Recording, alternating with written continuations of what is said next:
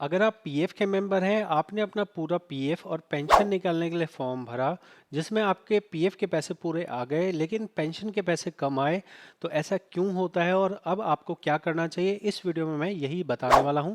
मैं एक PF consultant हूं और ये यूट्यूब में पीएफ का बेस्ट चैनल है। यहाँ जो भी जानकारी आपको मिलती है मैं कंसल्टेंट होने के नाते आपको बता रहा हूँ।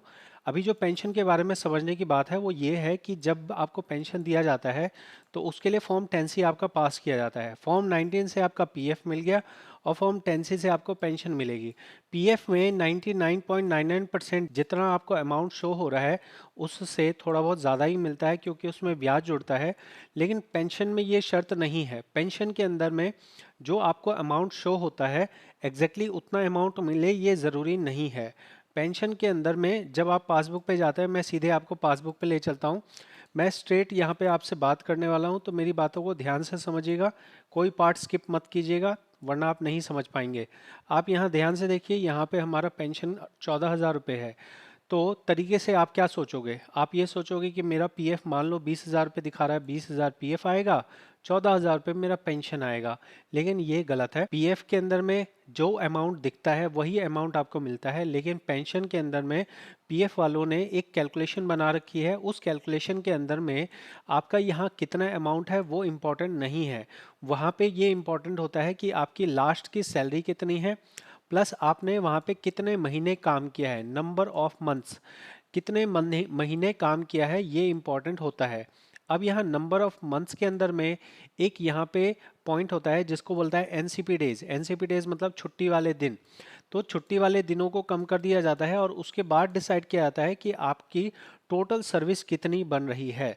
तो आपको पेंशन देने के लिए जो कैलकुलेशन है वो ऐसे बनती है, आपकी सैलरी, उसके बाद एक फैक्टर, और उसके बाद नंबर ऑफ मंथ्स, कितने महीने आपने काम किया है।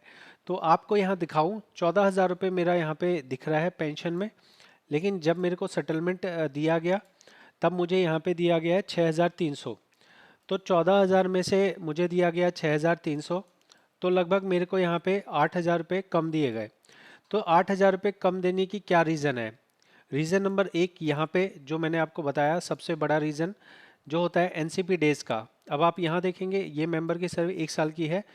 कंपनी ने कुछ अपनी जो चालान जमा करना है उसमें गलती करी है, जिसकी वजह से साल में जो 365 दिन होते हैं, कंपनी का कहना है 222 दिन ये भाई साहब छुट्टी पर रहे, जबकि ऐसा बिल्कुल भी नहीं है। तो कंपनी अगर आपके गलत एनसीपी डेज डाल देती है, इसकी वजह से आपके सर्विस का पीरियड कम हो जाता है और इसकी वजह से आपको पेंशन के पैसे कम मिलते हैं। तो ये जो अगर आप में एनसीपी डेज डला हुआ है तो आपकी ये एनसीपी डेज को कंपनी ही ठीक कर सकती है। पीएफ ऑफिस इस एनसीपी डेज को देख कर ही आपके फाइनल पेंशन अमाउंट को डिसाइड करता है। दूसरा पॉइंट ये हो सकता है कि जब आपने पेंशन की बात समझी तो आपके एक से ज़्यादा कंपनियां थी। कई बार पीएफ ऑफिस के अंदर में जो पेंशन की कैलकुलेशन है उसमें पिछली वाली सर्विस को नहीं जोड़ा जाता है, पिछली वाली सर्विस को कंसिडर नहीं किया जाता है, इस वजह से आपको पेंशन का अमाउंट कम मिलता है। तो ये मोटे मोटे दो रीजंस हैं जिसकी वजह से आपका पेंशन का अमाउंट कम आता है। अब अगर आपको पेंशन का अमाउंट कम मिला है तो अब आपके पास ऑनलाइन में कोई रास्ता नहीं है। आपको एक बार 10C देने के बाद में पीएफ ऑफिस की दादागिरी है कि वो आपको कहता है कि आप दोबारा फॉर्म ही नहीं भर सकते। तो ये सिस्टम का एक असली चेहरा है, जहाँ पे अगर आपका एक बार 10C के अंदर पैसा दे दिया गया तो कहा जाता है कि अब आपके लिए ऑनलाइन फॉर्म भरने का रास्ता बंद हो गया। हमने चाहे आपको गलत पैसे दिए हो, लेकिन आपको हम अधिकार नहीं देते हैं कि आप दोबारा से हमारे पास अप्लाई कर सको। मतलब ऐसा है कि किसी के साथ क्राइम हो गया तो क्राइम होने के बाद हम आपको ऑनलाइन उसकी शिकायत करने का ऑप्शन नहीं देंगे। तो ऐसे में अगर आपका समझ लीजिए 2,000, 3,000, 4,000, 5,000 कम आया हो तो भूल जाइएगा। मैं आपको बता रहा हूँ अपने अनुभव से, इतने चक्कर लगाने पड़ेंगे, इतने चक्कर लगाने पड़ेंगे, इतने चक्कर लगाने पड़ेंगे कि आप जो है जितना आपका पेंशन नहीं आपका कम आया है उससे ज़्यादा आपका खर्चा हो जाएगा और मेंटल टेंशन अलग होगी। तो 2, 3, 4, 5 हज़ार रुपये कमाए तो छोड़ दीजिएगा, और अगर इससे भी ज़्यादा कमाए तो फिर आपको पीएफ ऑफिस जाना पड़ेगा। उस पीएफ ऑफिस जाना पड़ेगा जिस पीएफ ऑफिस में आपने ये पेंशन का विड्रॉ के लिए अप्लाई किया था। अब आपका ये समस्या हो सकती है, आप रहते दिल्ली में हो, पीएफ ऑफिस आपका बेंगलोर है। समस्या है लेकिन मजबूरी है, ऐसा ही है, सिस्टम ऐसा ही बना हुआ है, सरकारी सिस्टम है। आपके परेशानी को कोई तवज्जो नहीं दी जाती है। सिस्टम ऐसा ही बना रखा है।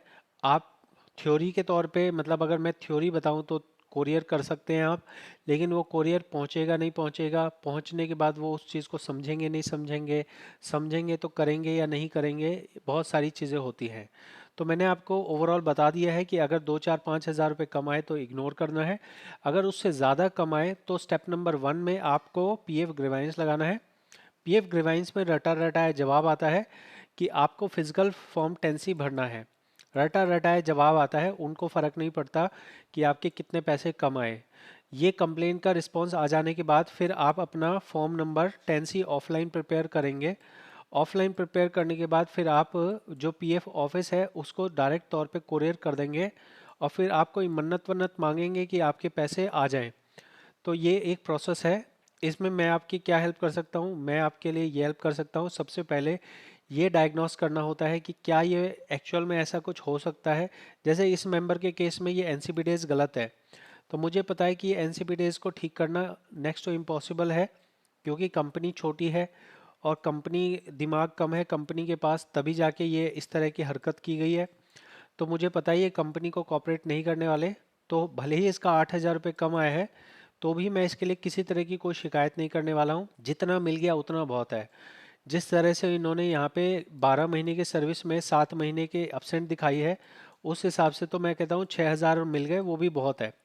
6 हज़ार रुपये मिल गए इनको, वो भी बहुत ज़्यादा मिल गए हैं। बाकी आपके केस में हो सकता है अलग सिचुएशन हो, तो पहला मैं आपको डायग्नोस में हेल्प कर सकता हूँ, दूसरा आपके लिए कंप्लेंट फाइल करने में हेल्प कर सकता हूँ, तीसरा आपके लिए फॉर्म बना के कोरियर करने में हेल्प कर सकता हूँ। लेकिन मैं गारंटी नहीं दूंगा कि आपको एग्जैक्टली पेंशन के पैसे आ ही जाएंगे। तो आप खुद से अगर करना चाहें, खुद से मैंने आपको प्रॉपर गाइड किया है, इस तरीके से आप अपना काम कीजिए। और अगर आपको मुझसे करवाना हो, कंसल्टेशन फीस पे कीजिए, उसके बाद मैं आपकी मदद करने के लिए पूरी पूरी कोशिश करूंगा। मिलेंगे अगली वीडियो में। बहुत बहुत धन्यवाद।